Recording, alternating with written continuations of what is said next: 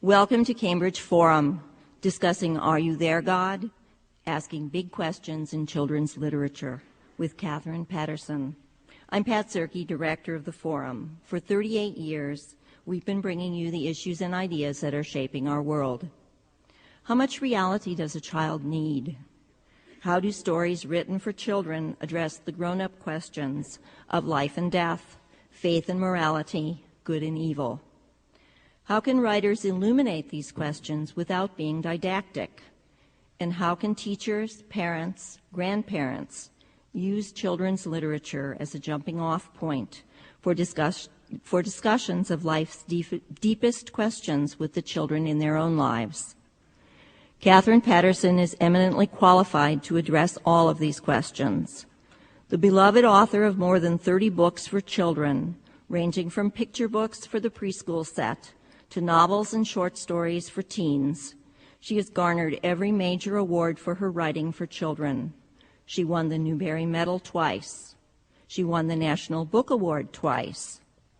The International Book World honored her with the Hans Christian Andersen Award, and the Library of Congress has named her a living legend. Welcome to Cambridge Forum, Katherine Paterson.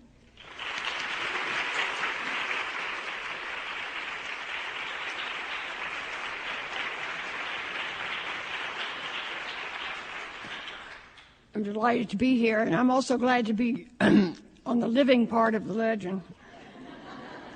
For a while, they were dying off like flies. I want to thank particularly Roger and Claudia and Joan, who were my cohorts last night, because we had a wonderful time last night together. I hope you were here for that as well. And also the wonderful people of Cambridge and the schools that I went to yesterday and today. It really has been just a marvelous experience for me, and I feel very welcome in your midst, so thank you for that. Nearly 25 years ago, I was speaking in a small town, which I will not name except to say that it was a long way from Cambridge. In the audience was a professor of children's literature from a nearby university. The professor spoke to me after the talk, and in the course of the conversation, asked me if I knew that my latest book at the time, The Great Gilly Hopkins, was on the restricted shelf in her local public library. Any child who wanted to check out the book needed to bring in written permission from home. I didn't mean to upset you, she said, and if it's any comfort, sometimes our town can be a funny place. Just a few weeks ago, I realized that I needed a copy of Forever by Judy Blume to use in my adolescent literature class. I went to the local bookstore and looked at the shelves of adolescent fiction, and it wasn't there. With some trepidation, I searched the children's shelves, but it wasn't there either. I started out of the shop, only to be stopped by the clerk. "May I help you?" she asked. "I don't think so," I said. "I was looking for a copy of Forever by Judy Blume, but you don't seem to have it." "Oh, yes, we do," she said, and took me to the religion shelf. And there it was, sitting right next to Judy Blume's other book on religion, Are You There, God? It's Me, Margaret. I must say I had fun imagining the mother who didn't want her child exposed to Gilly Hopkins, taking her to the local bookstore to purchase an inspirational book about eternal things entitled Forever. I see some of you have read Forever, which I read when I heard all of my children giggling. The irony for me is that I now see The Great Gilly Hopkins as perhaps the most explicitly Christian of all my novels. I was at a conference and was being led to the platform for my talk when I was stopped in the aisle by a young woman. Wait, she said, "I'm writing a dissertation at the University of Chicago on Southern settings in children's books, and I have to know, who is Mamie Trotter?" The woman leading me to the platform was not pleased at the interruption, and she grabbed my arm to lead me away from the young woman. So I called out as I was being led away, "God!"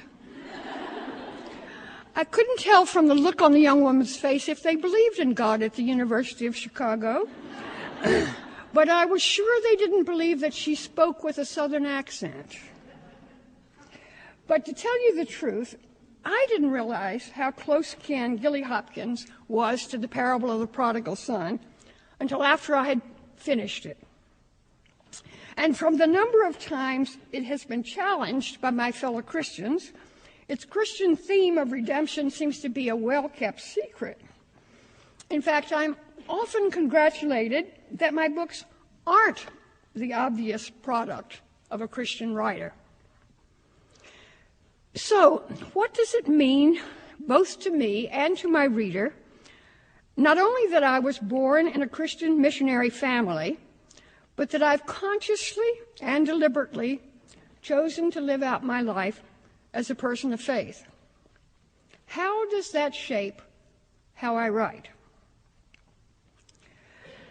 First of all, I don't think I'm all that different from most writers for the young that I know.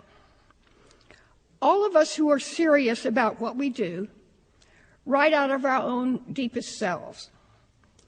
We don't poke in religious convictions or humanistic philosophy or moral messages into a story to be pulled out by the reader like plums from Jack Horner's Christmas pie.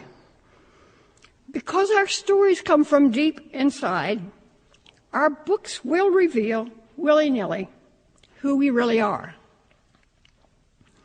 As C.S. Lewis once said, the book cannot be what the writer is not. Now, it is your privilege as reader to decide who you think I am. But tonight, I'm up here, so I get to say who I think I am. And I see myself as a person who believes God is there, and that the Creator of all things is, as the Bible declares, the God of justice and of steadfast love. And yes, I do believe in moral values like truth and fidelity, which causes me to rejoice at the commitment celebrations and marriage services of my gay friends. And yes, I am wholeheartedly for life. The German poet and novelist Hermann Hesse, musing on the commandment, "Thou shalt not kill," has said, "We kill at every step, not only in wars, riots, and executions. We kill when we close our eyes to poverty, suffering, and shame. In the same way, all disrespect for life, all hard-heartedness, all indifference, all contempt is nothing less than killing. With just a little witty cynicism, we can kill a good deal of the future in a young person. Life is waiting everywhere. The future is flowering everywhere, but we only see a small part of it and step on much of it with our feet. I pray that I will not be one of those who steps on life, any person's life. I want my morality not to be defined in negatives, but in positives. I want to be, in the words of the Anglican priest Martin Smith, a co-creator with God. What exactly does that mean for my life as a writer for the young? In the Genesis story, as Smith reminds us, God creates by speech. And it is by language that we humans, created in God's image, make meaning. As Smith says, we give voice to the images and metaphors, and the chaos that surrounds us gives way to narrative, to a story. Perhaps few modern poets give voice better than Mary Oliver. One Sunday in early Lent, our co-pastor brought one of Oliver's poems to share with our adult class. The poem is entitled "From the House of Light," and it's entitled "White Owl Flies Into and Out of the Field." Coming down out of the freezing sky with its depths of light like an angel or a Buddha with wings. It was beautiful and accurate, striking the snow and whatever was there with a force that left the imprint of the tips of its wings 5 feet apart, and the grabbing thrust of its feet, and the indentation of what had been running through the white valleys of the snow. And then it rose gracefully and flew back to the frozen marshes to lurk there, like a little lighthouse in the blue shadows.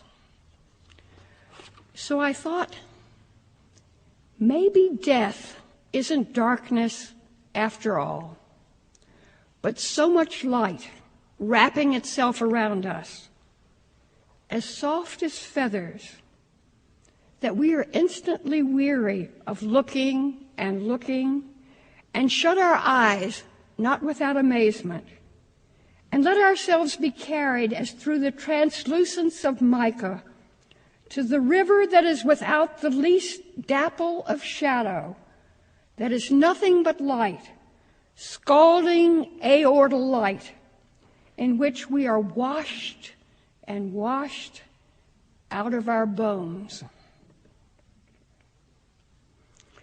Having read this poem, I don't think I can ever think of death in the same way ever again. What a wonderful, wonderful image, I said to Carl. Yes, he said, that was what I thought, but Gina, who is his wife and our co-pastor, Gina said, that's all very well unless you're the little mouse running across the field. But isn't that exactly the point? We are that mouse. We human beings scrabble through life, unseeing, unhearing, and suddenly the owl is swooping down upon us. That, friends, is not the time to say to the mouse, never mind, sweetie, it's all part of a grand and beautiful design. It is probably not the moment for a sermon at all. In the midst of suffering, in the face of death, we are not often supported by argument or consoled by discourse. But we may indeed, we often are, comforted by art. I know on September the 11th, a day of fear and terror, I finally had sense enough to turn off the TV and put on the CD of Brahms' German Requiem. But I guess most of us gathered here tonight don't rate ourselves as a Mary Oliver, much less a Johannes Brahms. I'm a writer for children. What is my role as a maker of meaning in a world gone mad? It was a week after September the 11th.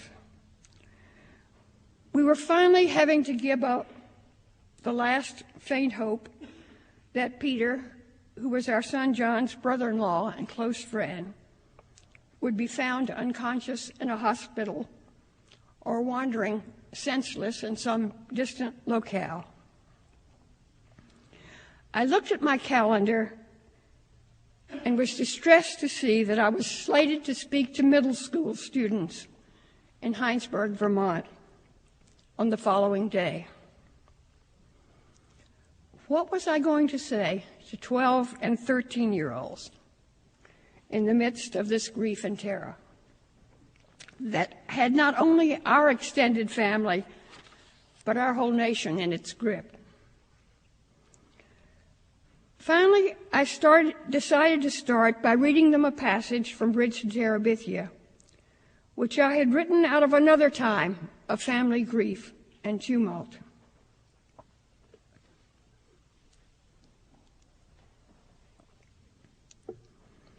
That night, as he started to get into bed, leaving the light off so as not to wake the little girls, he was surprised by Maybelle's shrill little, "Jess, how come you're still awake?" "Jess, I know where you and Leslie go to hide." "What do you mean?" "I followed you." He was at her bedside in one leap. "You ain't supposed to follow me." "How come?" Her voice was sassy. He grabbed her shoulders and made her look him in the face. She blinked in the dim light like a startled chicken. You listen here, Maybelle Aarons, he whispered fiercely. I catch you following me again. Your life ain't worth nothing. Okay. She slid back into bed. Boy, you're mean. I'll tell Mama on you.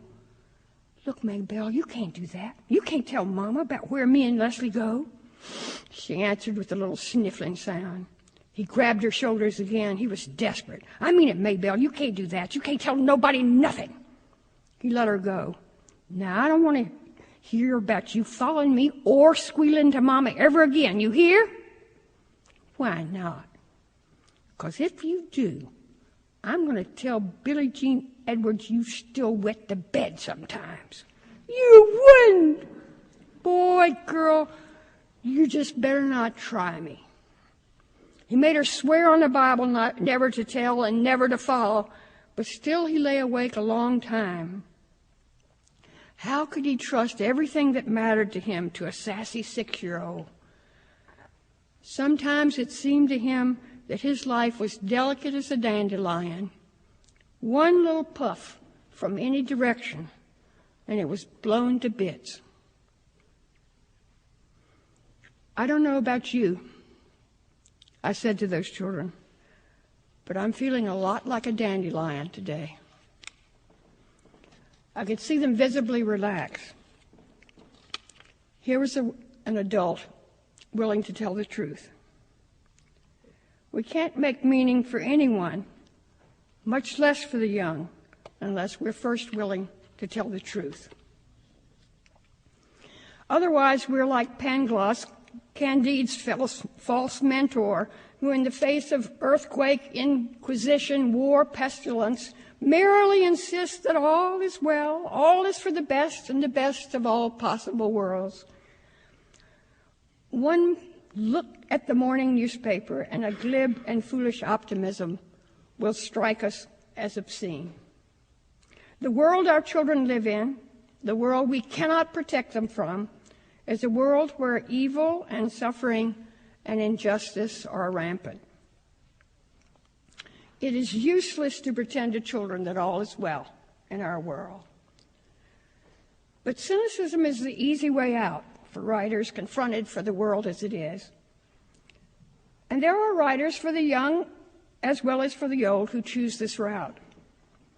But we who are people of faith must seek against all odds to wring meaning out of what it would be easier and in the world's eyes more realistic to dismiss as meaningless. Freud says we're infantile to seek for meaning in life, perhaps even neurotic to try.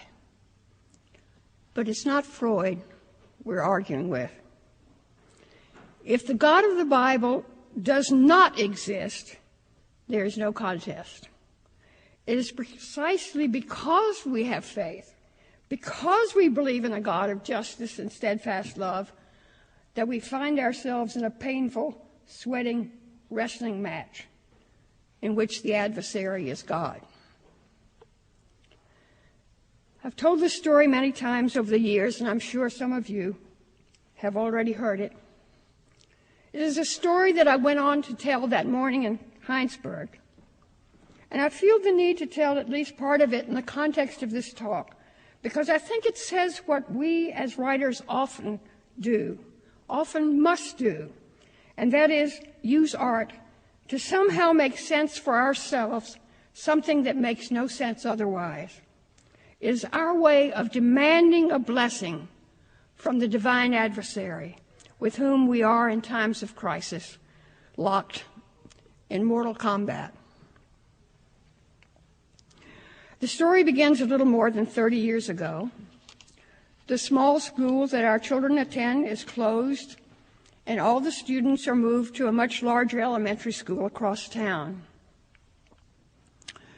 David, our second grader, is miserable.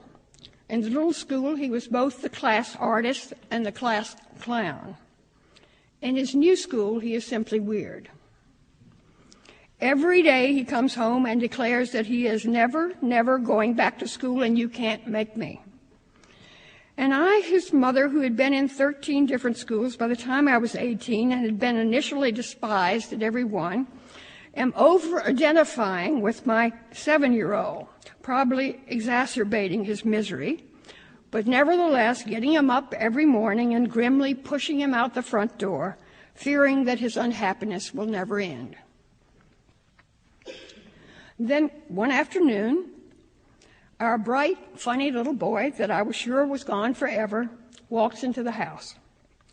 "Me and Lisa Hill are making a diorama of Little House in the Big Woods," he announces cheerily. I'd never heard the name before, but from that day on, I'm hardly to hear any other. "Now, I would like to promise you girls," I say when I'm talking to children, "that I was thrilled that my son's best friend was a girl. But unfortunately, all I could think was, they thought he was weird before. But if his best friend is a girl, he's never going to fit in." But then I meet Lisa and my worries evaporate. Anyone would be fortunate to have her for their best friend. She's bright, imaginative, funny. She laughs at his jokes and he at hers. She's the only girl daring enough to invade the second-grade boys' t-ball team. She and David play together after school in the woods below her house and talk to each other in the evenings on the phone. "It's your girlfriend, David," his older brother says, but David takes the phone unperturbed. Girlfriends are people who chase you down on the playground to grab you and kiss you. Lisa's no more a girlfriend than Rose Kennedy is a Playboy bunny. On an August morning, the phone rings. It is a call from the Hill's next-door neighbor. "I thought you ought to know," Mrs. Robinson says, "that Lisa was killed this morning." While the family was on vacation at Bethany Beach, on a day when the lifeguard sensed no danger from thunder far off in the distance, a joyful little girl dancing on a rock above the beach was felled by a bolt of lightning from the sky. How am I to make sense of this for my 8-year-old? I can't make sense of it for myself. David tries. One night after his prayers, he tells me that he has figured out why Lisa died. "It's not because Lisa was bad," he says. "Lisa wasn't bad. It's because I'm bad. And now God is going to kill Mary, his little sister, and you, and Daddy, and Lynn, and John, going down the list of his family and loved ones, all of whom God will kill in punishment for his real or imagined sins. I promise you this is not the God that I know, not the God that we thought we had taught our children about, but this was one child's painful struggle to find meaning, which is why finally I began to write a story. I was trying to make sense of a tragedy that didn't make sense. As a writer, I know that a story needs to make sense. It has to have a beginning, a middle, and an end. And when you come to the end, you look back, and even if it is unexplainable intellectually, emotionally, you know you have made the journey from chaos to order, from senselessness to meaning. Often you find yourself at a total loss when someone asks you what the book is about. You can't put it into a neat verbal summary. Because if you, the writer, have done your job, the whole story is the meaning. I know that my gift is limited. I know I cannot stand toe-to-toe with philosophers or theologians and solve for myself or anyone else the problem of evil, either moral or natural. But we who are writers can tell a story or write a poem. And where rational argument will always fail, somehow miraculously, in metaphor and simile and image, in simple narrative, there are, in the words of Barry Lopez, both healing and illumination. We write stories not because we have answers, but because we have questions. The writing of the story is the wrestling with the angel. Rabbi Heschel has said that art is boring unless we're surprised by it. And a wrestling match is fixed. It is a cheat if you know in advance how it's going to turn out. The writer may have some notion of the ending of the plot, but she is seeking for much more than plot. We struggle as we write for sense, for a meaning that we do not already know. And the first reader, who is, of course, the writer herself, will inevitably be surprised by the blessing wrested from the angel. I've often heard more than once the dictum that the difference between a book for children and one for adults is that a book for children must end in hope. But hope is not something to be tacked on like the tail to the paper donkey at the birthday party. Hope, like faith and love, must come from the depths of the writer, or it is little more than wishful thinking. In a baccalaureate address at Stanford University this year, the activist theologian Jim Wallace said to the graduates, "When I was growing up, it was continually repeated in my evangelical Christian world that the greatest battle and biggest choice of our time was between belief and secularism. But I now believe that the real battle, the big struggle of our times, is the fundamental choice between cynicism and hope. The choice between cynicism and hope is ultimately a spiritual choice, and one that has enormous political consequences. Among my pantheon of heroes are those teachers who go out every day into impossible situations and who daily make the choice for hope. Between sessions at a middle school in a southern city, one of those heroes came up to me with a reluctant student in tow. The boy, who was taller than either I or the teacher, walked with a decided slump. "Ask Mrs. Paterson your question, Reginald," the teacher urged. Reginald wouldn't look me in the eye, but he did manage to mumble out his question. "I want to know how come you wrote Billy Hopkins." Those of you who know me well will be relieved to know that I did not take the time to tell him the story in full detail. He might well have grown a beard waiting, but I did tell him that I wrote it because my husband and I had been asked to serve as temporary foster parents.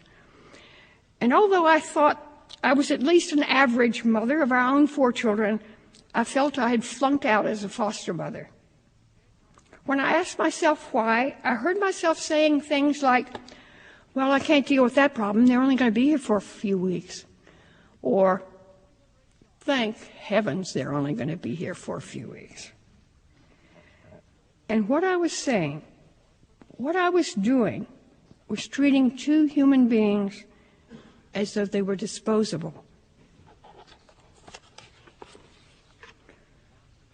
Roger gave me a quick look, and I continued. "That's why crimes are committed. That's why wars are fought, because somebody thinks somebody else is disposable. And we know, don't we, Reginald, that no one on earth is disposable." I knew he was listening now. So I said, "I wrote the book to figure out what I would be like if I felt other people thought I was disposable. And I thought I might be very angry." He gave a hint of a nod in my direction. "See, Reginald," the teacher said gently, "that's what I was trying to explain to you the other day. You can use writing to deal with your feelings, to figure out things for yourself. That's what writers are always doing," I said. "Reginald has a lot of tough problems to face," his teacher said. "We've been talking about how he can do that." I told him I thought writing about it might help. "That's what I do," I said. And the amazing thing I've learned time after time is that when I'm willing to give the deepest part of myself, whether admirable or not, when I'm willing to share my own struggle, my own wrestling, readers are able to respond to what I've written from their own deepest core. About 16 years ago, I was asked to speak to a book club that was discussing a book of mine. This reading group was composed of prisoners incarcerated in the Chittenden Correctional Center in Burlington, Vermont. 24 inmates had read The Great Billy Hopkins and wanted an opportunity to talk to the author about it. One of the young men said that when he was a teenager, he'd been briefly in a foster home with a foster mother who was truly kind to him. She had wanted him to read the book at that time, but he sort of shrugged. I was a kid that didn't want anybody to tell me what to do. I guess that's why I ended up in here. Now that I've read the book, he added, I know what she was trying to tell me. Just out of curiosity, the instructor said, how many of you were ever in foster care? Every single prisoner raised a hand. As part of the program, each participant was given a paperback copy of the book. So at the end of the session, the inmates lined up to have their books autographed. What's your name? I asked the young man as he handed me his book. Oh, it's not for me, he said. It's for my daughter. Her name is Angel. It had been an emotional afternoon, but that one sentence was the one that haunted me for years. Finally, I began to write my 14th novel about a child whose father is in prison. But one idea, as I often tell students who ask about ideas, doth not a novel make. If you try to write a book based on a single idea, you're not likely to get beyond the third chapter. It takes more than one strand, sometimes several, to weave the fabric of a book. At least a dozen years after that day in the prison, I was in California, and a friend gave me a copy of a small magazine which her husband was editing.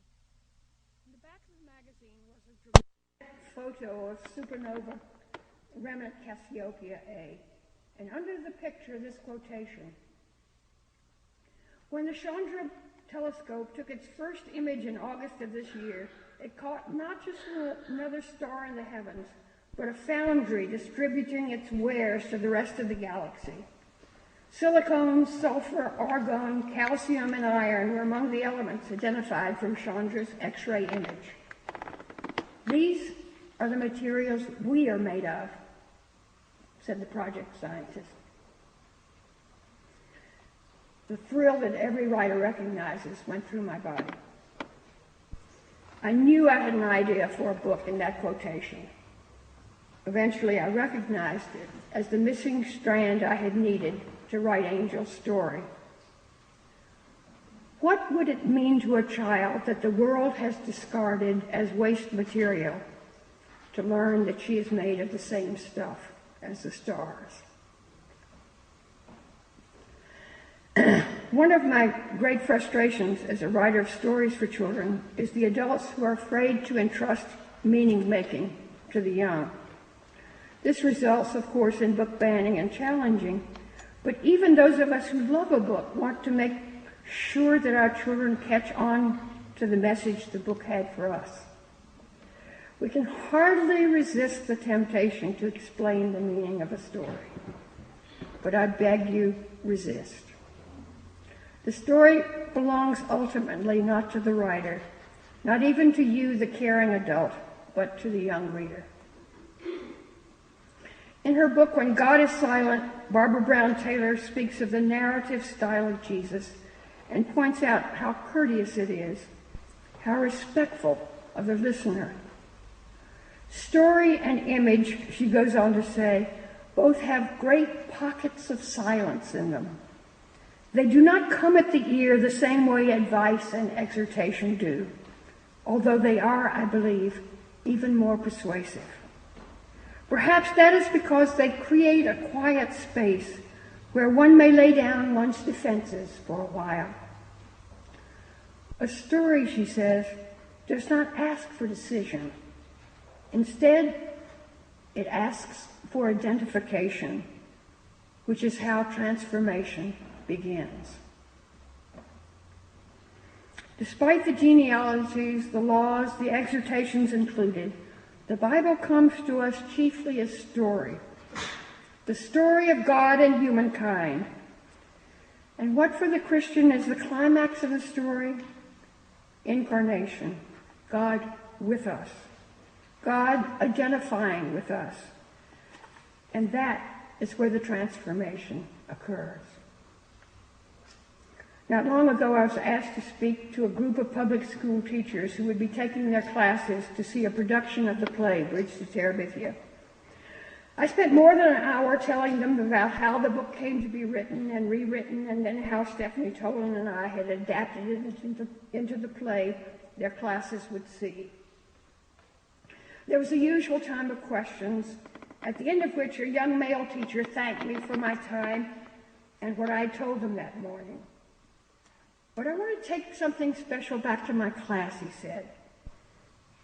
Can you give me some word to take back to them? I was momentarily silenced. After all, I'd been talking continuously for nearly an hour and a half.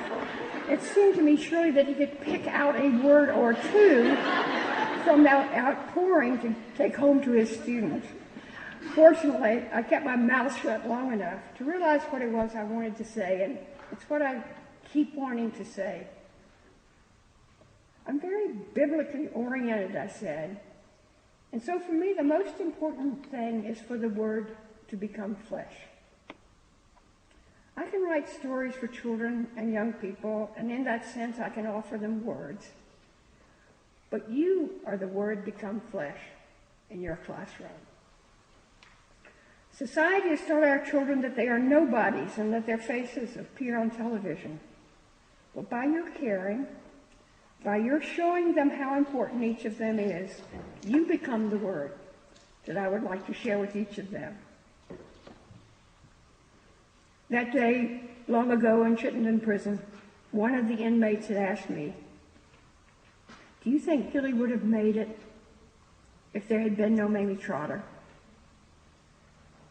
"I don't know," I said. "I just don't know." If you ask me what message a book of mine contains, I'll get testy. But that doesn't mean I have nothing I want to share with my readers. What I hope to say to isolated, angry, fearful youth, to all the children who feel that their lives are worthless in the eyes of the world: you are seen, you are not alone, you are not despised. You are unique and of infinite value in the human family. As a writer, I can try to offer children a chance to make sense of their own lives through the words of a story. But I can't stop there thinking that my task is done. Nor, I dare say, can you. It is up to each of us not simply to write the words, to speak the words, or to share the words, but to become the Word of hope made flesh.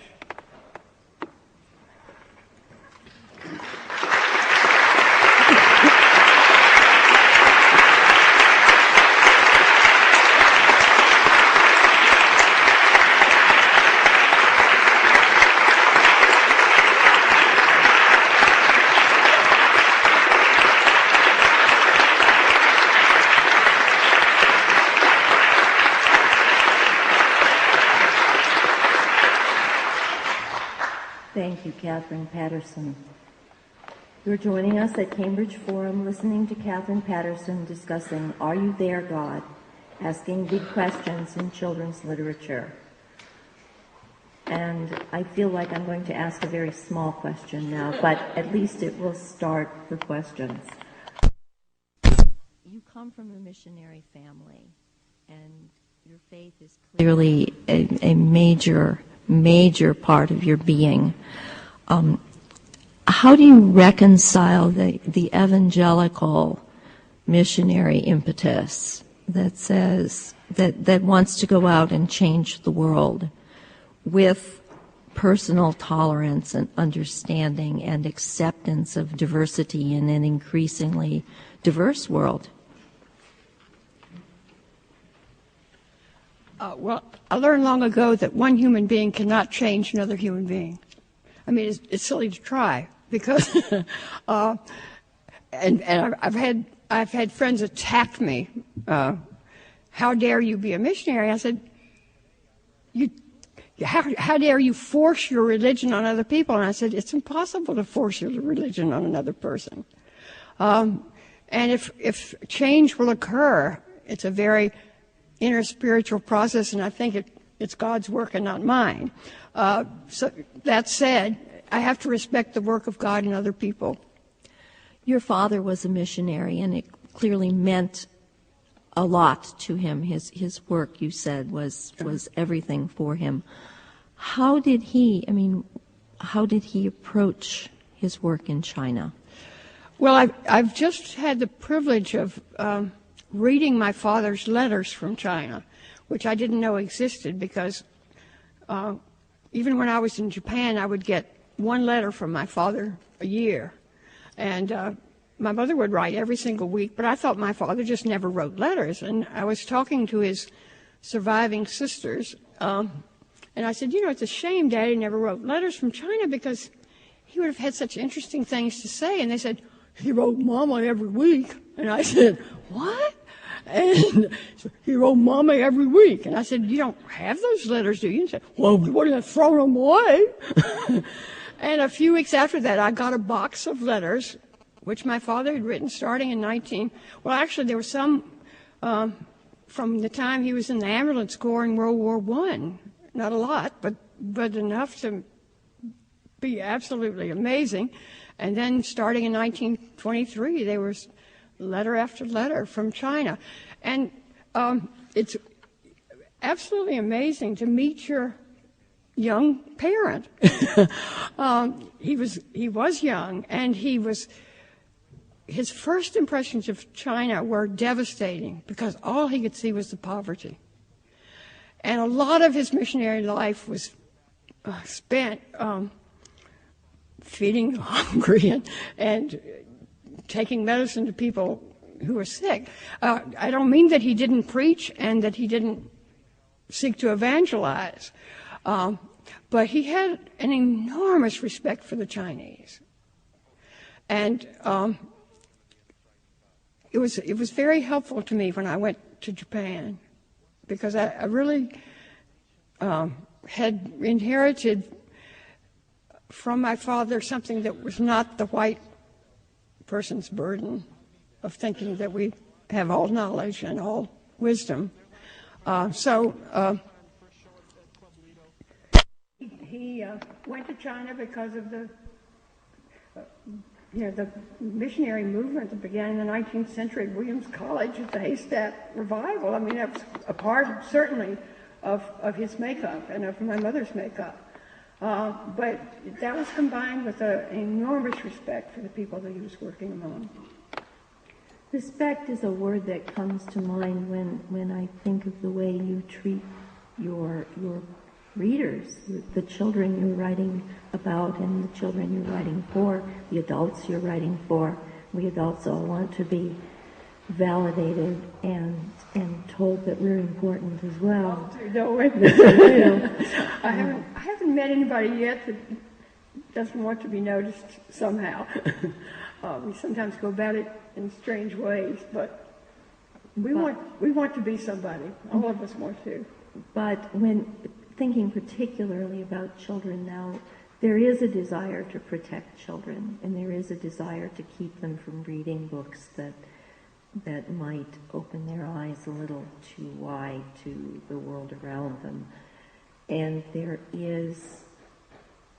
you find that overprotection, that oversimplification disrespectful? How much reality can a child take? Don't they need to be protected a little bit? Well, I was a mother of 4 and I'm a grandmother of 7, and certainly I think I have normal protective instincts toward the young. And I think there's a certain amount of self-protection. I followed my parents' example in that they never censored our reading. And they trusted that we could choose. And I did the same thing with my own children. I made pretty sure, like when they were all giggling over Forever, that I read it myself. And I remember when one of my sons was reading The Chocolate War, and I wasn't quite sure how that would affect him, I thought, I would just lurk outside his door when he finishes, so if he needs to talk to anybody, I'll be there. And he comes storming out of the room, and I said, did you finish the book? And he said, yes. And I said, well, what did you think? And he said, that was one of those books you want to throw against the wall. But because The Chocolate War is a very powerful book, and it's certainly a compliment to the writing. You have a very powerful response to it. I don't think children...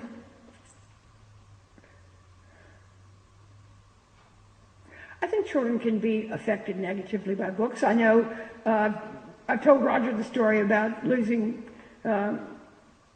what belief I had in God after reading Wuthering Heights. You know, it was a devastating experience for me to read Wuthering Heights. And I must confess I've never reread it. I also had, as an adult, a terrible time with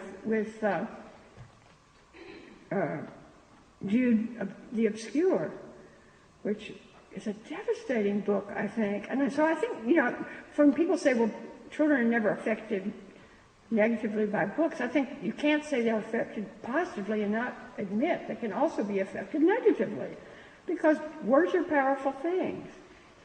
And I think different families are going to treat it differently. And I would always respect a parent's feeling that my child is not ready for this book. What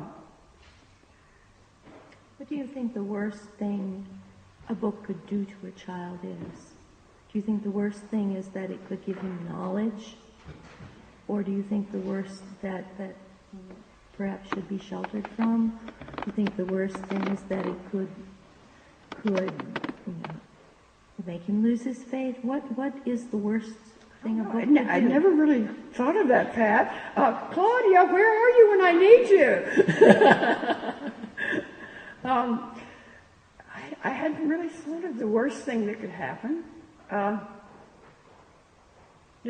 Does anyone in the audience have a story they would like to share about the worst thing that happened from reading a book? Because I think that even those experiences that I had that were negative were, in the end, probably healthy and good for me to have had those experiences. Because they became opportunities for growth and for looking at things in a new way. So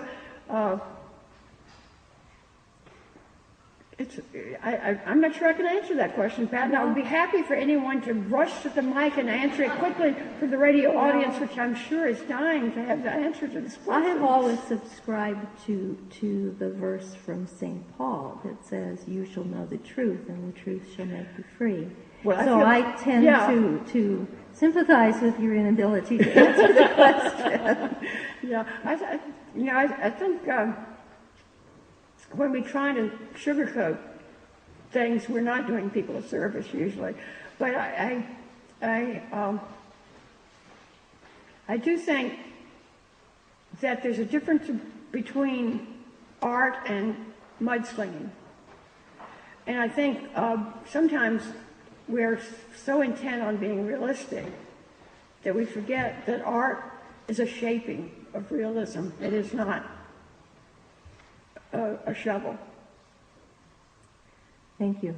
You're listening to Katherine Paterson discussing Are You There, God? Asking Big Questions in Children's Literature. Now we'll take some questions from the audience. Hi. I read Bridge to Terabithia when I was a girl, just once, and I still remember it very clearly because of that very shocking event of a child dying in the story. And I was wondering if you get a lot of letters from children about this book, and if so, what they say about it. I'm accused of murder on a regular basis. I'm also, I get heart-rending letters from children who say, I never knew that it was all right to be angry. That my daddy died and I was so furious and I didn't know it was okay that I was so angry. Every book is not going to be for every child, obviously. And some books are going to be enormous comfort to a child that will be very upsetting to another child. I know in Gilly Hopkins, the children who have secure homes are all furious because she doesn't get to go back to Trotter. The children from foster homes and whose lives are a wreck say, but that's not the way it is. And they find comfort in the fact that I've told the truth about what probably would have happened in that situation. So certainly I don't satisfy every reader. Bridge to Terabithia so often comes up on those lists of, most banned books. And I mean, I've read that book a million times. I just wonder why. It seems like on the scale of books that could be considered offensive or objectionable, it's just not. Do you have any idea how it came? I understand that it gains momentum as it goes, but how did it get to this point in the first place, I guess? Well, I've been given a number of different reasons, and it's actually the reasons have changed over the years, which is kind of interesting. It started out an objection to the language in the book because it just says Lord. As, he punctuates his sentences with the word Lord. I think the word damn occurs twice in the book and the word hell once. And so it was objectionable language. I've had the disrespect for teachers and for church and for the Christian faith, my bias against Christianity in the book.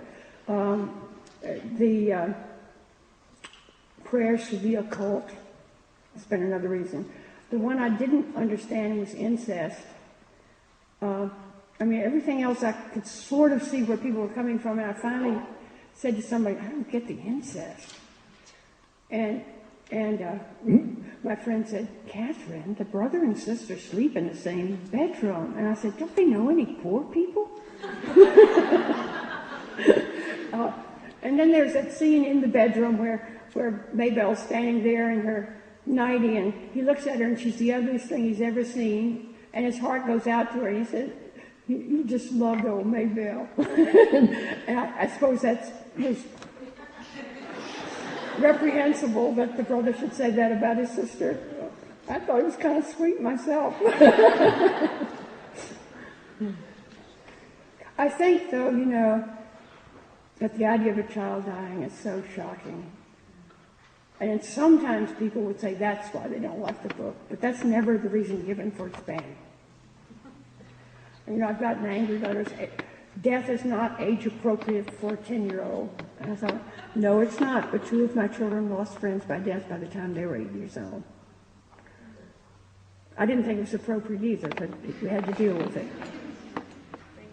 Thank you. I'm interested in your relationship with God. I was very touched by what you said, and I was wondering if there are any sort of practices that you have that allow you to engage this relationship, allow you to experience it, and if writing is one of them, and how God filters in the process of writing for you. Yeah. I pray and read the Bible. I don't give any claims to great piety or any great wisdom, but I do pray and read the Bible. I try to meditate. I'm not a good meditator. I'm sure that's not satisfactory. But we each have to find our own way.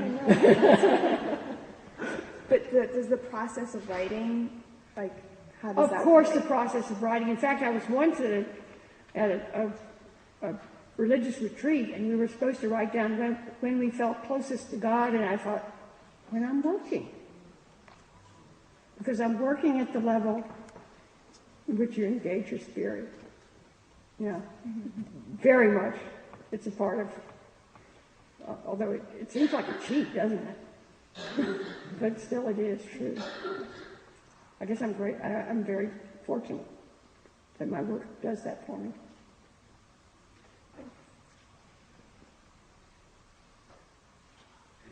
So many of your books are about struggle and transformation and dealing with and very, very human emotions. I was wondering, what about other literature out there? Like, what's your feeling on that, different types of children's literature and its function?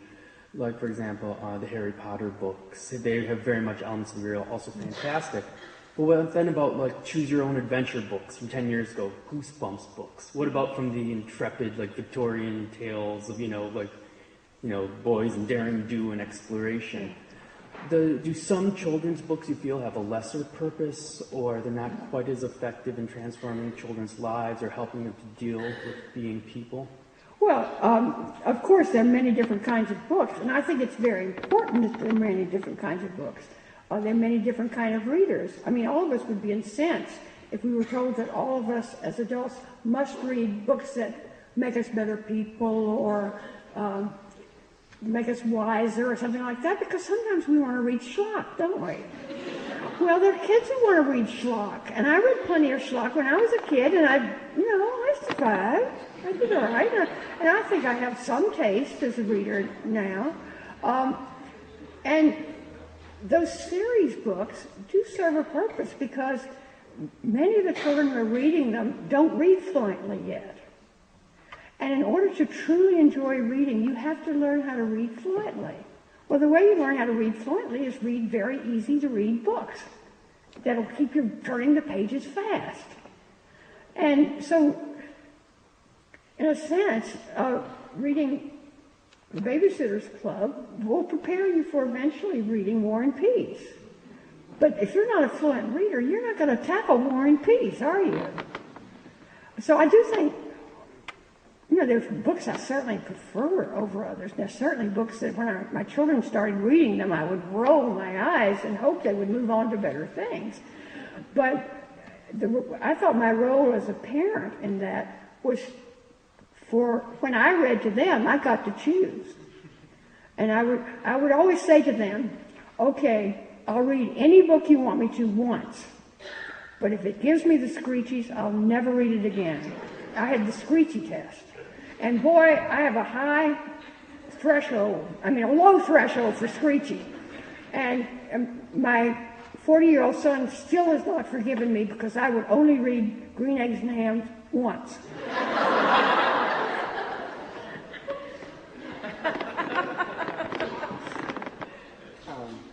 I wondered if you could talk a little bit about atheism in children's books, because I see a lot of books, for children about religion, sort of explaining different types of religions, the Muslim religion or the Christian religion, the Jewish religion.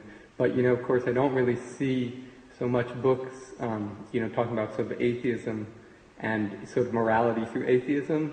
And I've done a lot of traveling, and when I meet people abroad, often I find that it doesn't really matter what religion you are, it's a typical question, what's your religion? As long as you have a religion, but if you say, I don't believe in God, then that's something that people sort of don't really know how to place, because then it's almost a little bit like saying, I don't have morality. A little bit, it can, like this, or this is how people maybe, they relate to you if you have religion, but not always. If you don't have a religion. If you don't have your atheism. I got a very eloquent letter from a father who had read Preacher's Boy to his son, and he was taking me to task because in Preacher's Boy, which I intended to be my take off on my cousin Samuel Clemens. And so the kid thinks, well, if he doesn't believe in God, he doesn't have to be good anymore. Because he's a preacher's kid, he thinks that's what makes you good, is because you believe in the Ten Commandments, and you have to believe in the Ten Commandments to believe in God. But he's decided that he's going to be either a Democrat or a Unitarian, whichever's the most fun. But I was taken seriously to task because this very earnest father said, I'm a moral atheist, and you've made it look as though if you don't have a religion, you're not ethical. And I wanted to say to him, sir, that was an 11-year-old boy who has very bad theology. Please do not think that is the way I think. I have dear friends who are self-proclaimed atheists who are more moral than I am. And I'm not, I'm not going to say for 1 minute my gray hair and my glasses and my wrinkles and say, how do you know how we feel? And I find that just one of the miracles. That I don't know how they feel. I only know how I feel. But there is a human connection. And I have readers in Lithuania and Greece and China. Somehow, there's this universal core that belongs to all of us, and we can, if we get deep enough, we can relate to each other. Hi, Catherine. I was just wondering if you could talk a little bit about your process of writing and how that is a process of discovery for you. Do you know where your novels are going when you start them? Oh, let's see, the process of, everybody wants me to be so organized. I've said more than once, I guess, just think of all the things that real writers do. I don't do any of them. I started writing seriously when my first child was born. In just over 4 years, I had 4 children. And I was writing in 5-minute snatches. I know they had all these rules about you have to write every day and you have to do... Could I write every day? No. Did I write today? No. Did I write yesterday? No. Did I write the day before? No. I'm in Cambridge, for heaven's sakes. I'm making speeches and talking to schools. I'm not writing. Now, I go home and, it would be nice if I thought as soon as I got home I could go write. No. There will be mail piled up. There will be telephone calls. There will be a husband and dog who have not seen me since last Tuesday and who will think that I might have a word or two to say to them when I get back. So I probably will not get back to that book until Monday morning. And then it's Thanksgiving week. I don't know, these people who write 3 hours every day, I always think it's kind of miraculous. How do they manage that? And I remember meeting someone recently, and he said, oh, you're a writer. I know just how that is. When I was a kid, my best friend's father was a writer. We had to tiptoe around that. I said, you did say father, didn't you?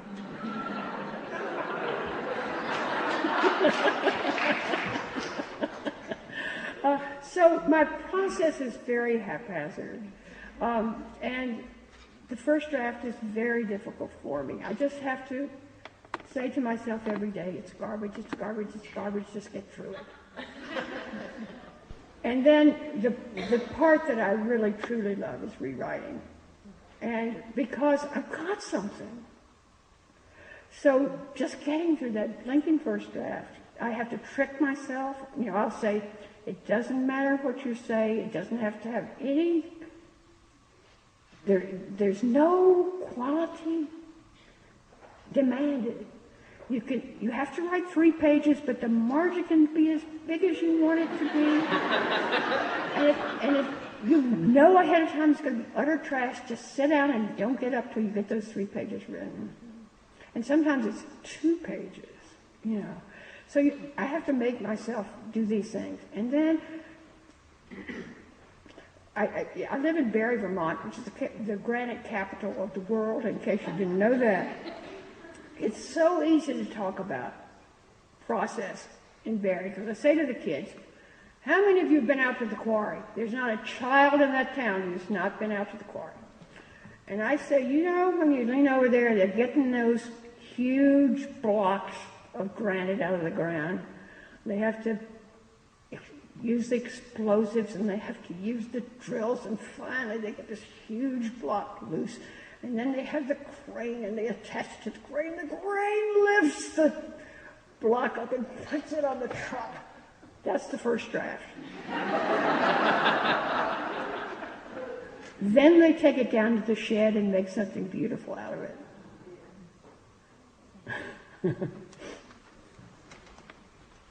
I'd like to follow up on that question and ask, when do you see the moral meaning? What is it that keeps you going? Is it the character? Is it the story you want to tell? Is it the problem you're wrestling with? Is it the language? What is it that brings you back to that task of... Yeah. Well, it's different with different books, of course. Sometimes there's a character that really you can't leave alone. And some books, the characters are the most important thing for you, and you just suffer so because you know you're not going to be able to write a book worthy of this person. And you love this person so much, and you want the world to love this person. And if you don't do it right, they won't love this person. And nobody else is ever going to write about this person if you don't. And it's just this one chance. And so it's sort of agonizing that way. So you keep working to try to make a story that's worthy of this person. Sometimes it's story, sometimes it's setting. And probably most often it's because you can't figure it out unless you write the whole story. And so you have to write the whole story to find out what it is you're struggling with.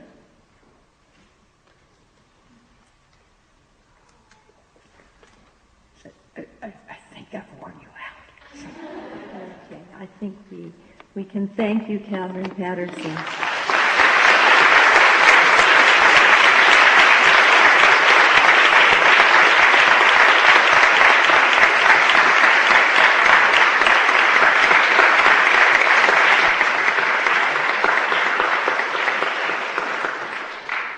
You've been listening to Cambridge Forum, co-sponsored by the First Parish in Cambridge, Unitarian Universalist, the Lowell Institute, the Massachusetts Cultural Council, and the Friends of Cambridge Forum.